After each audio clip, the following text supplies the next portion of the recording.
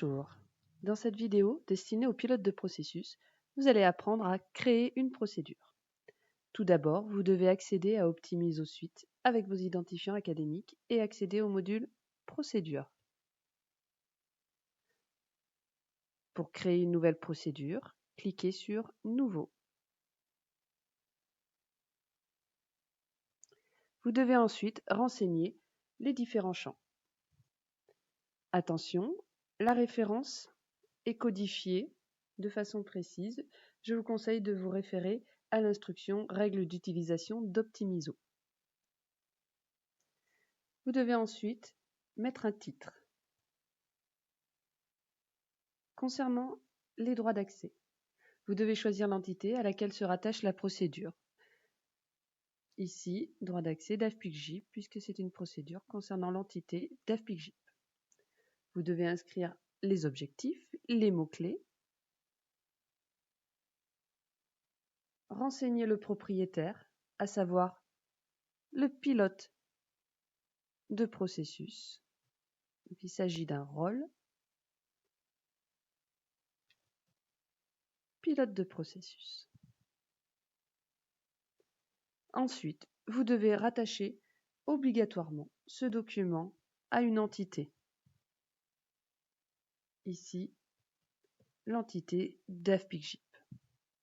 Et vous devez renseigner la version. Nous sommes sur une création, donc V1, et en commentaire, création. Comme pour la référence, le numéro de version est codifié et précisé dans les règles d'utilisation d'Optimizo. À partir de là, vous pouvez enregistrer vos données en cliquant sur Enregistrer et revenir plus tard pour créer le flux ou créer le flux immédiatement en cliquant sur l'onglet Flux. Pour dessiner le synoptique de votre procédure, vous démarrez en double-cliquant sur l'étape et renseignez votre étape. Demande d'amélioration. Ici, vous avez à droite un bandeau avec toutes les spécificités de cette étape. Le style, comme pour les références, je vous conseille de regarder l'instruction des règles d'utilisation d'Optimizo. Vous choisissez un style. Le responsable, c'est celui qui va faire l'action. Et vous, soit un poste, soit un rôle. En général, un rôle, par exemple ici, pilote de processus. Vous pouvez rajouter autant de rôles que vous le souhaitez. N'importe quel acteur, par exemple, de la DAF-PIC-JIP. La description de cette étape. Et les éléments d'entrée et de sortie, en cliquant dessus, soit une saisie texte, soit un document que vous pouvez rajouter ici. Et vous cliquez, par exemple, je veux le formulaire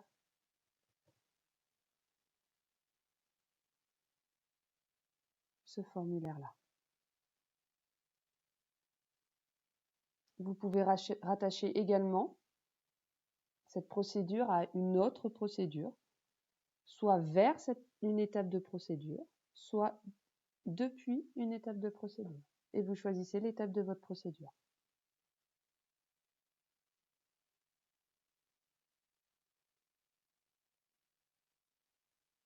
Vous pouvez ensuite, à partir de cette étape, soit la supprimer en cliquant sur la croix, soit ajouter une nouvelle étape. La flèche sert, elle, à créer une nouvelle flèche, mais sans création d'étape derrière. Donc vous aurez le plus souvent à utiliser le plus. Hop, création d'une nouvelle étape. Et en double-cliquant dessus, vous pouvez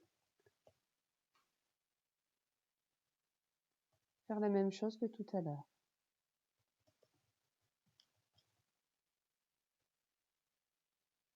Voilà. Et ces flèches, vous pouvez les bouger comme vous le souhaitez. Afin que votre procédure soit plus lisible, vous pouvez faire redessiner le flux. Et elle vous le met dans le sens des flèches et elle redessine votre flux. Maintenant que votre flux est redessiné, vous pouvez enregistrer votre procédure en cliquant sur Enregistrer. Vous êtes maintenant en version de travail. Afin de finaliser cette procédure, vous devez la valider en cliquant sur le bouton Valider. En tant que pilote de processus, vous n'avez pas la possibilité de publier une procédure. Vous devez donc choisir par défaut Validation avec action en cliquant sur OK. Le bandeau se met en orange car elle est en attente de validation. Afin d'envoyer un mail de validation à votre référent qualité, vous devez créer une action. Dans l'onglet Validation, vous cliquez sur Nouveau.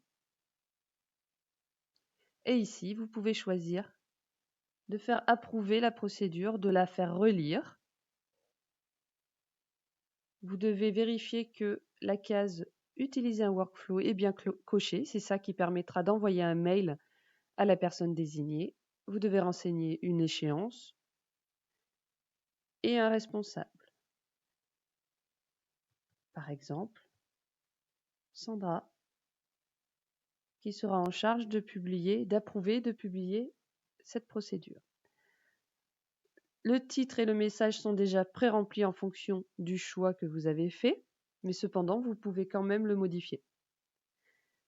Afin que le mail soit envoyé à la personne désignée, il vous faudra cliquer sur Enregistrer. Maintenant que vous avez cliqué sur Enregistrer, le mail est parti à la responsable, personne désignée dans votre demande. Vous voyez ici que la ligne Action approuvée par est ouverte et en attente de validation. Vous pouvez créer autant de validations que vous le souhaitez.